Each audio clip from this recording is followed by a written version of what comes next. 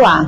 O Estatuto da Criança e do Adolescente completou 18 anos no dia 13 de julho. A lei, promulgada em 1990, tem o objetivo de garantir os direitos do menor à justiça, educação, segurança e cidadania.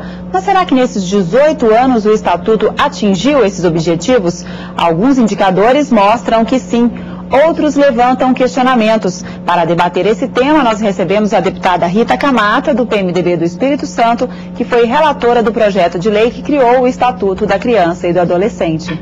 Deputada, nesses 18 anos o Estatuto atingiu a maioridade?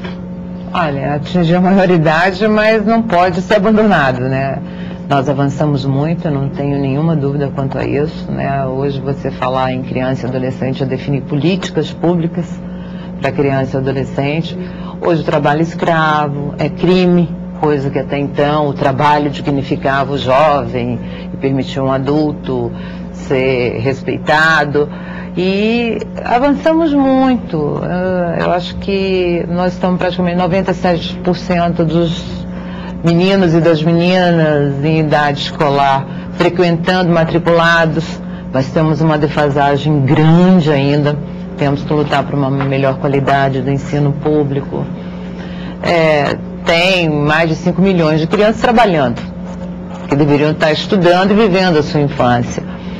Então, são realidades que desafiam, né, o poder público, os gestores públicos, mas temos indicadores que demonstram que é possível garantir essa prioridade absoluta prevista tanto na Constituição quanto no Estatuto da Criança e do Adolescente aos nossos meninos e meninas desse país. A área da educação parece que foi a que apresentou maiores avanços, né? Mas o que falta ainda? Quais são as metas para a educação?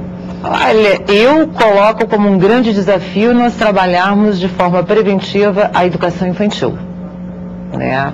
No ensino fundamental nós temos as matrículas de 97%, mas creche, pré-escola, nós temos ainda um processo extremamente tímido. E é aí que você começa a dar uma base e permite não só a criança ter acesso às informações, a uma proposta pedagógica que vai dar um alicerce maior para o ensino fundamental, médio e superior, como também tira a possibilidade dessa criança estar na rua. Porque rua, 20 anos atrás, era um lugar possível de você brincar, jogar uma bola, brincar de amarelinha. Hoje não, a rua é um convite à permissão do tráfico, à violação dos direitos da criança e do adolescente. Mudou muito isso. Então nós temos que fazer com que a política pública ela seja um instrumento importante na prevenção.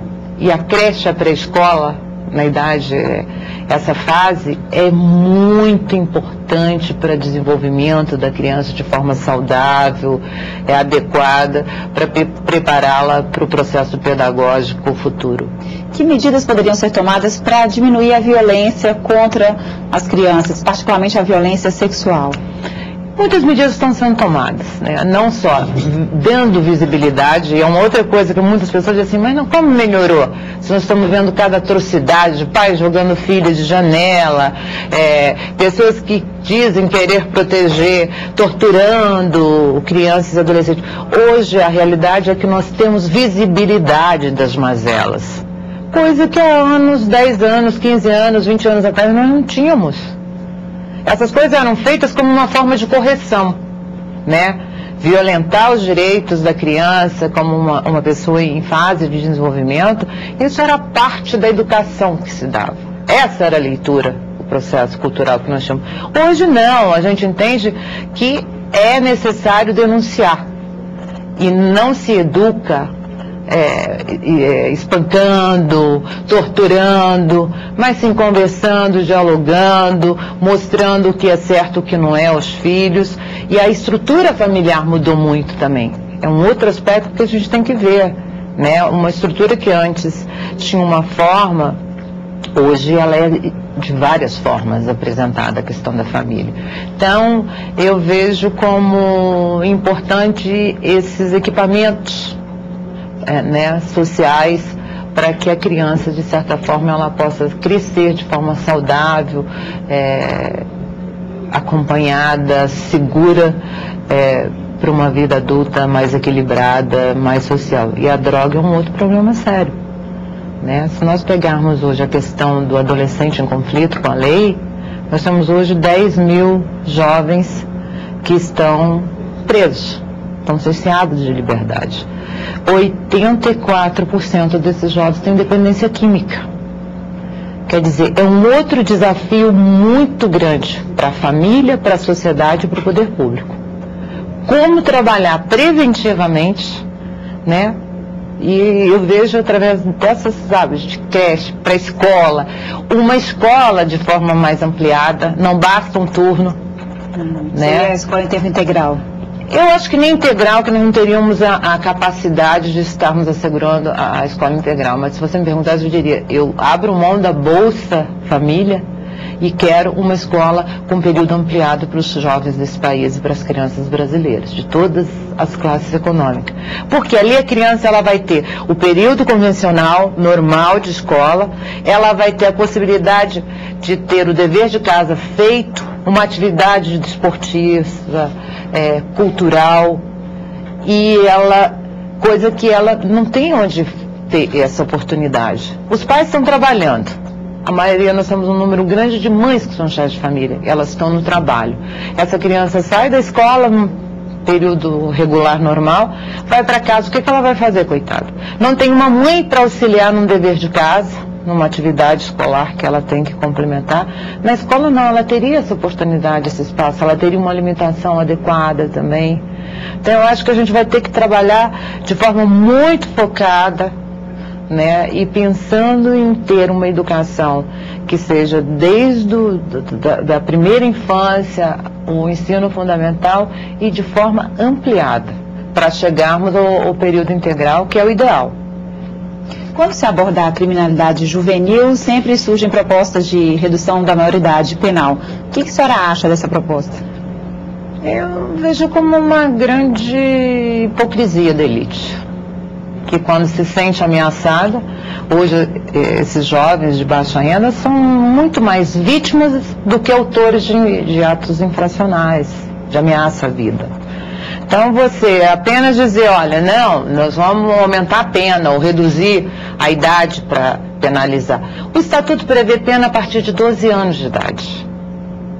O juiz pode determinar até o cerceamento de liberdade de uma criança de 12 anos de idade. E diz que não há pena. Como não há? Outros alegam que a pena é pequena, são 3 anos. Mas o juiz pode dar a sentença de 3 anos e pode recomendar que uma outra parte da pena seja cumprida com liberdade assistida. Hoje um adulto condenado a 30 anos, que é uma pena maior, ele vai cumprir 6 anos numa penitenciária e num sistema condenado, falido.